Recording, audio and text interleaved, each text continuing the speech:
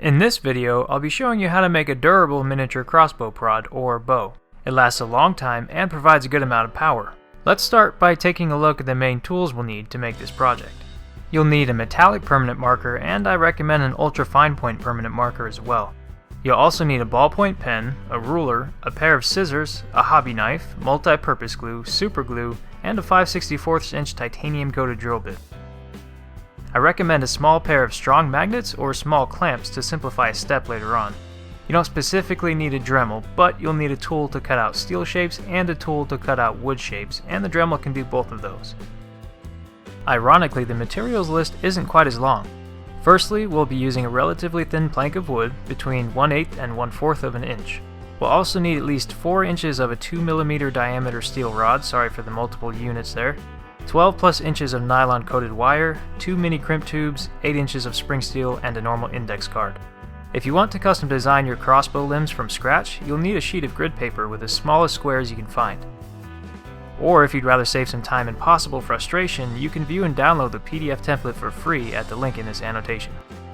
Some of these materials are kind of hard to find or require you to buy in bulk. If you'd rather not spend a fortune buying 20 times the amount of materials that you actually need for this project, take this link to toptiercreations.com. There you can pick up almost every item you need, including some that have already had a step completed for you. If you're using the free PDF template, you can skip ahead to the next step. If you're still listening to this, I'm going to assume you want to draw your own template. You'll need your grid paper, a pen or ultrafine marker, and a ruler. Let's start with the basics. Our goal is to draw a shape that narrows at one end. It needs to be a 1/2 inch wide at the base, since that's the width of our spring steel. If you already have your own spring steel of a different width, just match your template's width to the steel. For reference, each 10 by 10 square on my grid paper is 1 inch. To start out, we'll draw 2 dots to mark the base of the limb. We want to make our template as symmetrical as possible to obtain better results, so try to place your dots exactly on a vertex or halfway in between. 3.5 inches is a great length for the limb to be used for a mini crossbow prod. I narrowed the shape by 1/2 a square on each side at each progressive dot. If your spring steel strip is longer or shorter, you'll have to change up the slope a bit. We're looking for an end width of around 2 squares or 3/16 of an inch. Once you finish drawing your dots, it's time to connect them. Use your ruler to draw straight lines through the center of each dot.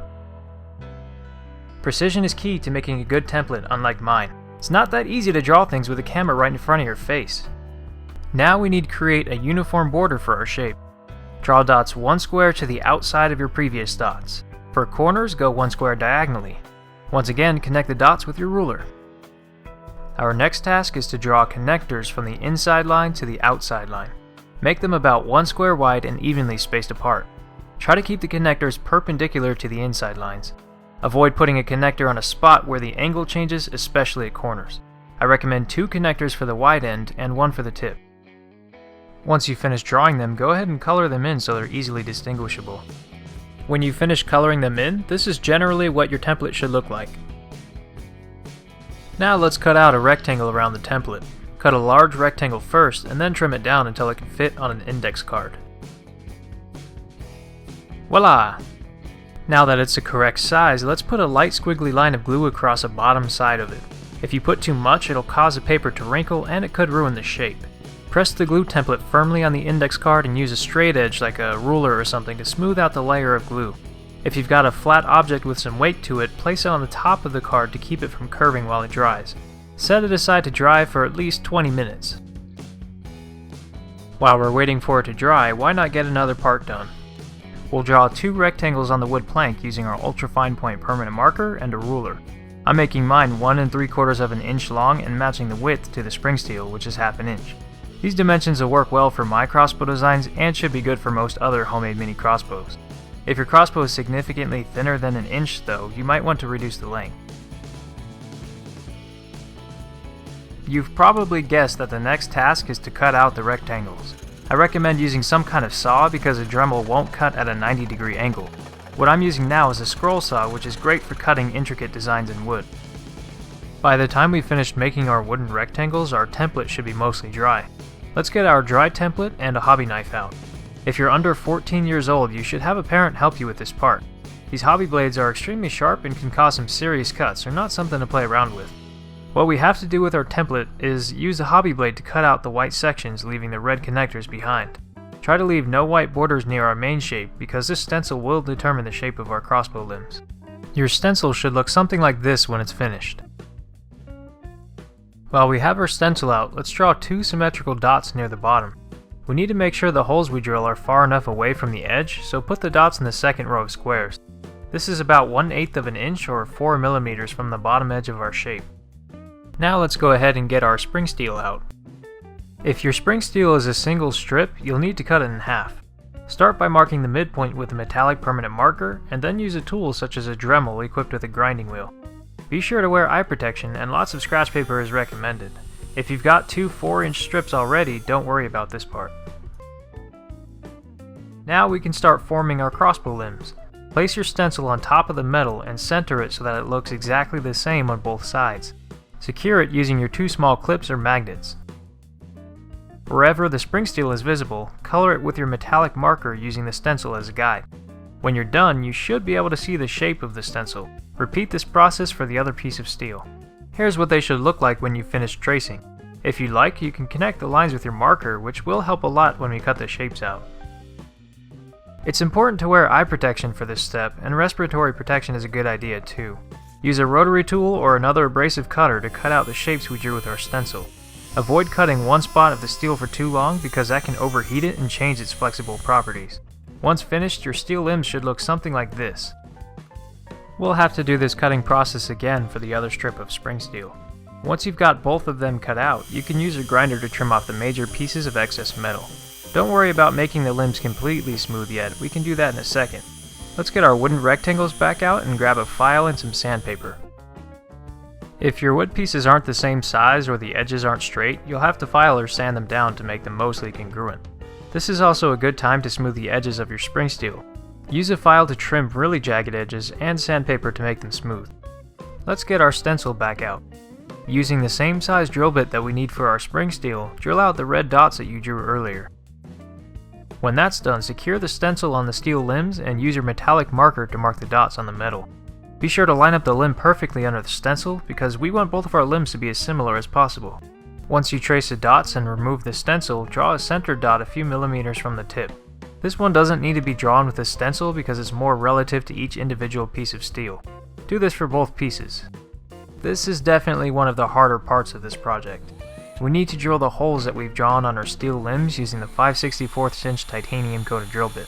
I highly recommend using a drill press if you have one because if you use a normal electric drill like me, chances are that the drill bit will slip off before it catches, and your holes will end up being off the target. Lots of pressure needs to be applied to get through this material, which makes it even harder to drill a hole where you want it. If they come out uneven like mine, don't worry, we'll adjust for it later. After drilling all the holes, it's a good idea to expand the 2 on the bottom.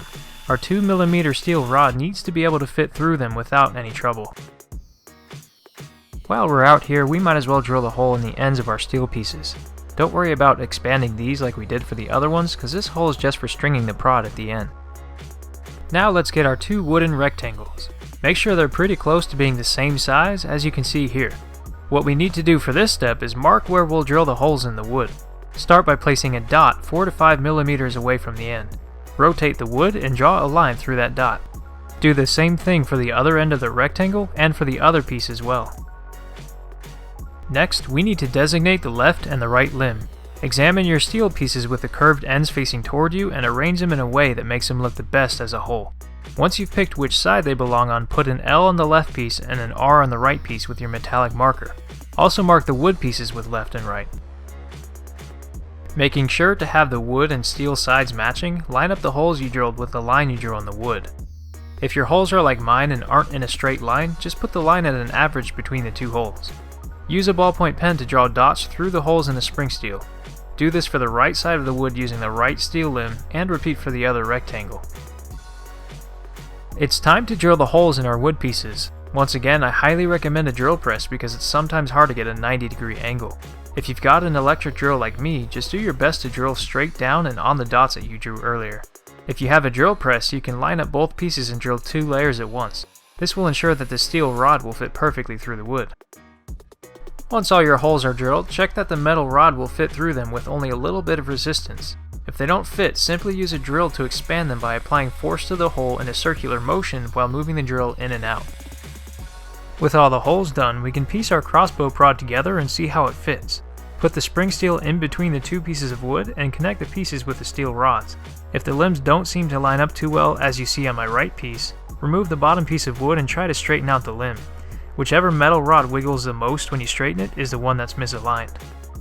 Now examine which way the rod moves. This is the direction that the hole needs to be expanded. As you can see, the rod moves to the right when I straighten the steel. Expand the hole in the direction that the rod moves until the limb can remain straight with that piece of wood on.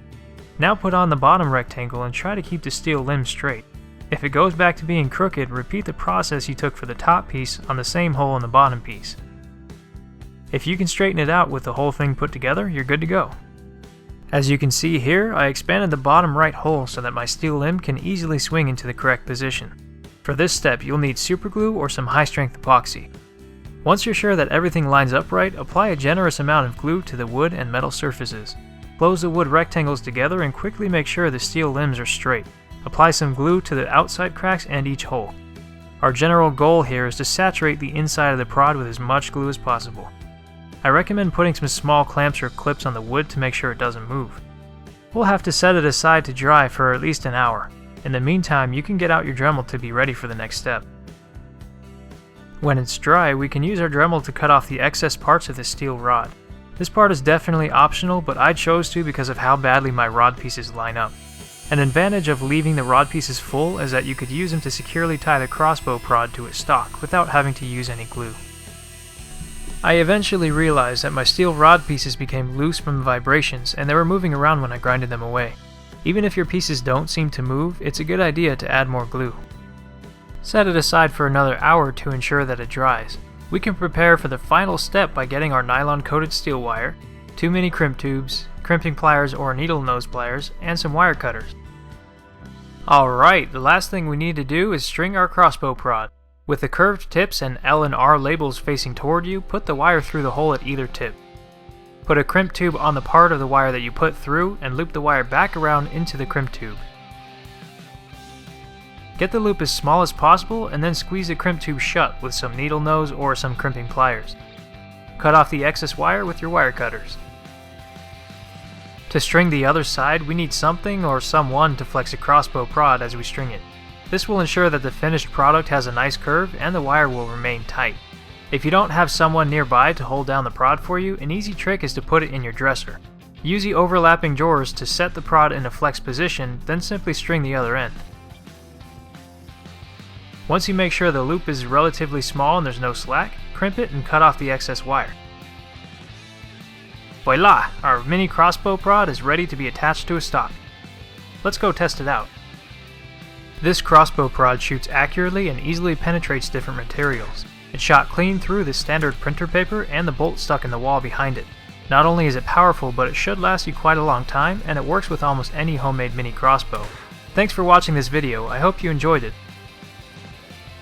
In my next video, I'll be showing you how to make my awesome mini crossbow. I'll be uploading much more often now, so feel free to subscribe to be the first to see the awesome content I have planned. I'll see you next time.